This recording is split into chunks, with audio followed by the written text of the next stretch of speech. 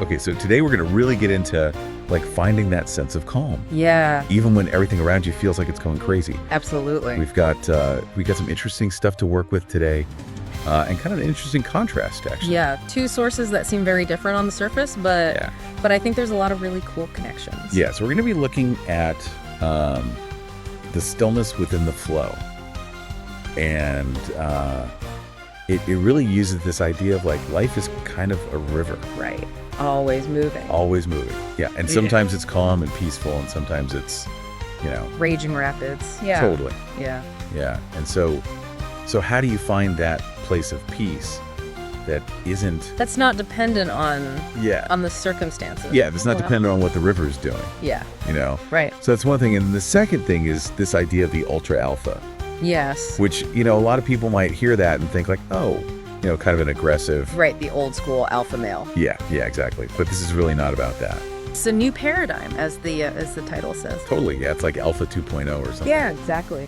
So, so how do we take these two ideas and see where they kind of meet up and use them to like actually deal with, The messiness of real life. Yeah, exactly. Because I think that's what we're all kind of looking for, right? Absolutely. It's like, okay, so how do I actually Yeah. bring this stuff into my everyday life? Yeah.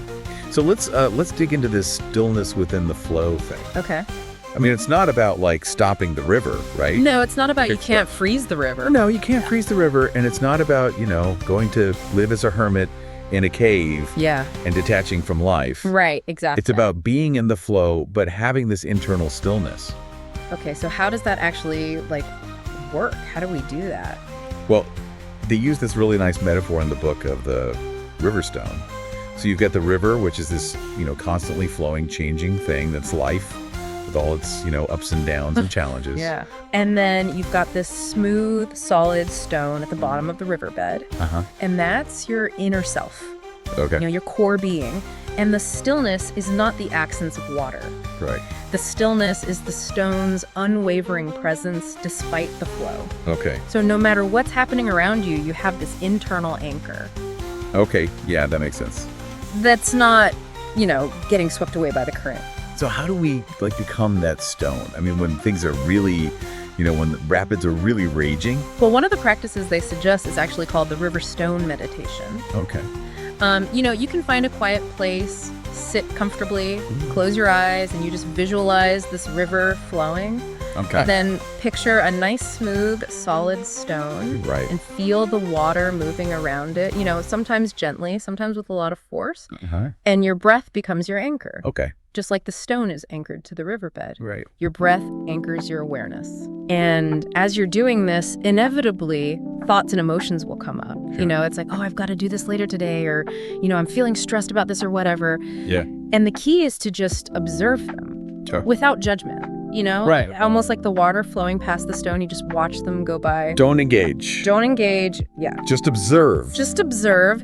And when you notice that your mind has wandered off, Yeah. which it inevitably will, you just gently bring your focus back to your breath Uh-huh. and back to the image of the stone. Okay. And that's it. It's a very simple practice. So you're not trying to stop the thoughts from happening. You're just Yeah. noticing them. Just noticing them and letting them flow by. Yeah. And that's how you cultivate that sense of inner stillness. Exactly. Okay.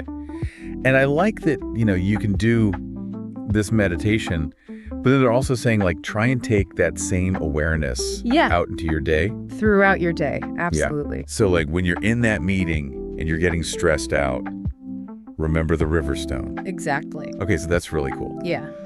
Let's switch gears a little bit, talk about this ultra alpha idea. Okay. When I think about the traditional alpha male image, it's kind of like, chest thumping and Yeah. Aggressive. aggressive. Yeah. Donating. Right. So what's so different about this new version of alpha? Well, it's really about inner strength rather than outer strength. It's not about dominating others. Right. It's about mastering yourself. Okay. And they talk about this concept of quantum strength, which I thought was really interesting. Okay. And it's kind of this idea that by optimizing your well-being through things like biohacking and mindfulness, Uh-huh.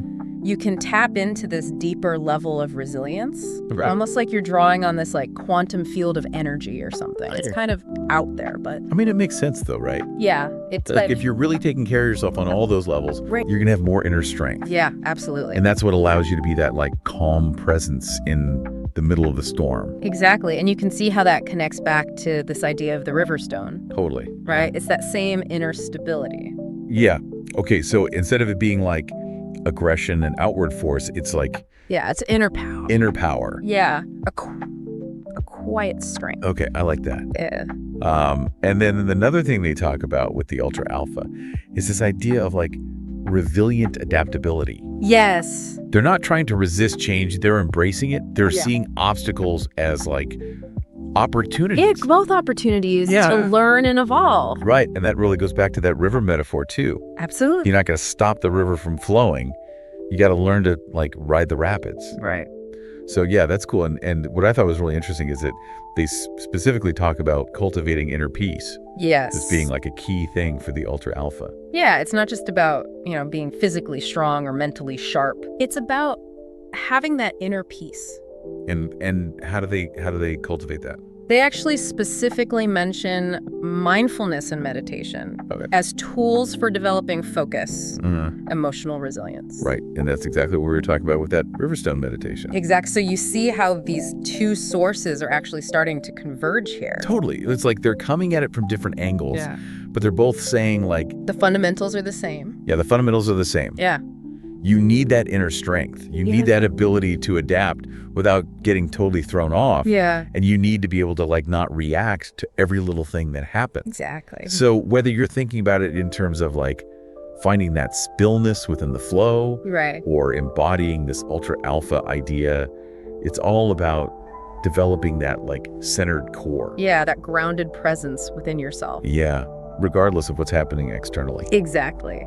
So that's really cool. I mean, it's not some like mystical thing that's unattainable. It's like, Right. this is something we can actually work on and cultivate. Yeah, it's a practice.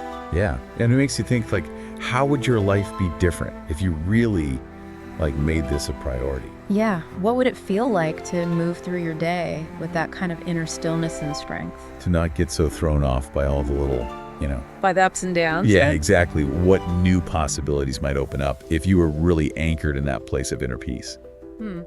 Something to think about. Definitely. Yeah. All right. That's going to do it for today. Thanks for listening. We'll see you next time. See ya. Bye.